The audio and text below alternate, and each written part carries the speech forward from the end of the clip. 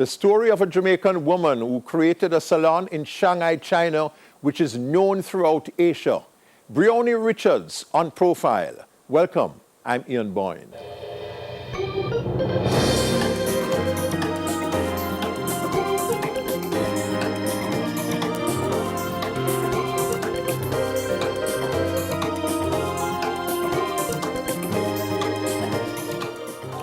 Studio Ebony is known throughout Asia. That's a company you founded in Shanghai, China some years ago. This is after receiving the MBA from an American university with your first degree, a first-class honors double major in psychology and human resource development here. But making waves in China, let's talk about the business in China, the need you saw there in Shanghai for a studio, first for women of color, and Yes. then how you moved into mainstream. You tell your story.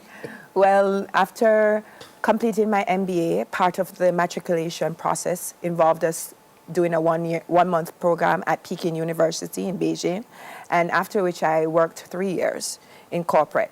And then I decided, well, if I'm not going to start my business in Asia, I should return home, because that was the original plan of coming to China. To start your own business? To start my own business. So I decided, okay, do it or go home. And what I decided to do was a hair salon, because since the first day that we landed in Shanghai, there was always, we wish we had somewhere we could do our hair. We wish there was somewhere that could accommodate our specific hair type. Yes. So I decided I'm going to go ahead and do it, even though I had no experience with hair or running a hair salon or even doing hair.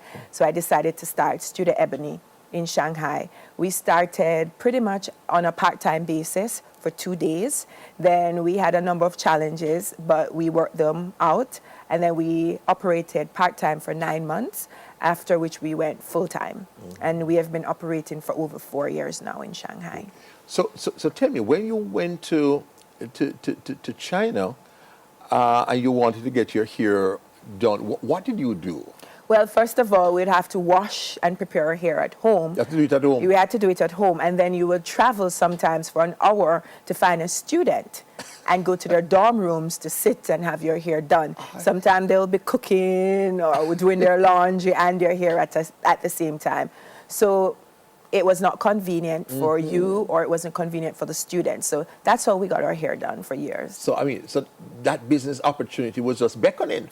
It was. There was a clear need for the kind of service that you needed. Yes. But it would have been difficult to get financing as a foreigner Right. in China. Right. So how did you manage that hurdle, getting the financing to start the business? And it was a business that you didn't know anything about. Exactly. So tell us how you navigated those issues. Right. When persons ask me what was the biggest challenge, I always tell them the biggest challenge was financing. The reason being, I'm a global trotter. So being that I was born in Jamaica, worked in the U.S. for a bit, so I have a saving account in the U.S., worked only 1 year as a lecturer at UWI, and then now I'm in China. I'm a foreigner. So what that created, I said, was like a no-man financial situation, because I can't go to Scotiabank in Jamaica and say, I'm going to set up a salon in China. Yes. I can't go to my bank in the U.S. and say, I'm going to set up a business in China. Please, can I have a loan? And in China, as a foreigner, they don't give you loans. You don't get loans? No. So it was definitely, being a global trotter, it was a no-man land. So I had to use all my personal savings to set up the business. So you had to believe in your own business. Yes. And put your own resources in the business. Right. So you had no option to fail. No option to fail.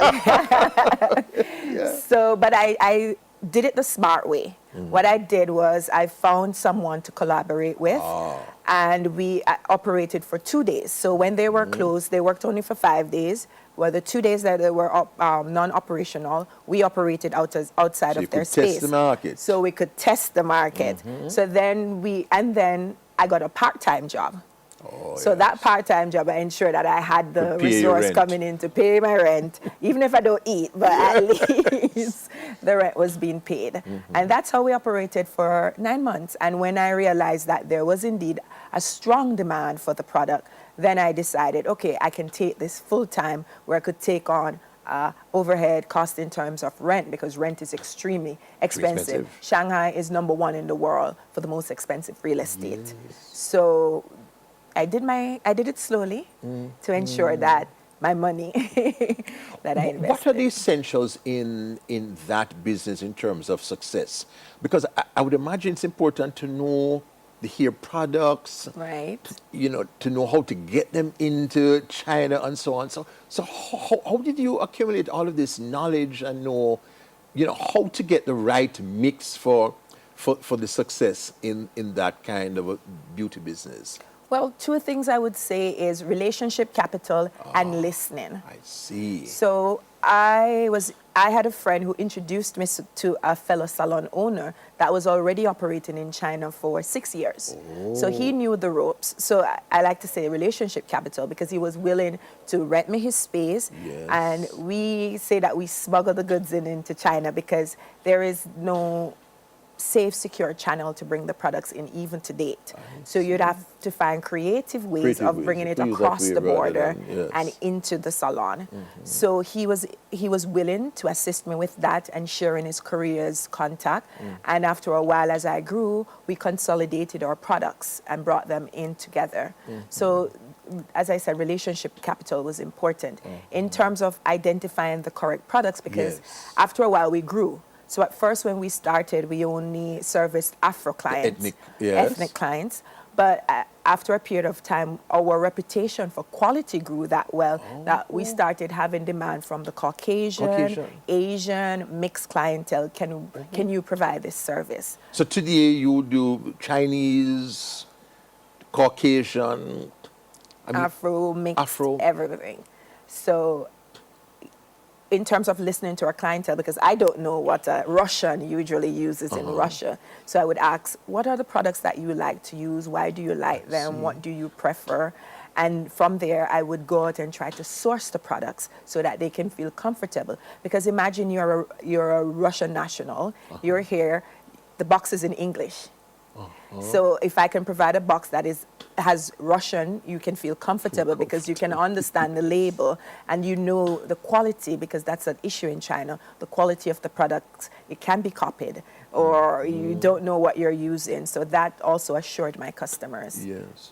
And the business has grown to the point where it is no exaggeration to say that you are known not only throughout China itself, not just Shanghai, but in Asia. Yes. You're telling me off here that people flying from Japan, flying from Vietnam to come to your business to do here. Yes. So persons, as soon as they have a holiday, sometimes I get an email, sometimes I get a text. I'm very active on social media. So their Facebook me, their Instagram, like, okay, I'm going to be... Social media. Have boosted your sales and your marketing significantly. Significantly, yes.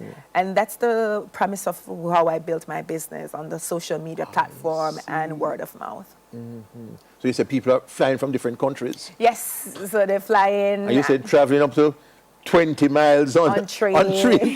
20 for 20 hours. 20 hours on To the come to train. do it here? Right, because we do have Caribbean students, and say, for instance, they're students, so they don't have a large budget. Yes. So instead of flying or taking the bullet train, they would take a 20-hour train so they can afford to come and get their service done for their hair, their treatments, their color service, their relaxers. Good. A Jamaican success story in Shanghai. China is a Jamaican who started a business there, which is known now throughout Asia. Ambassadors come to our, many high-flying clients come to our studio, which is very well apportioned. We will show you photographs of that studio. Brioni Richards on Profile. We take our first break.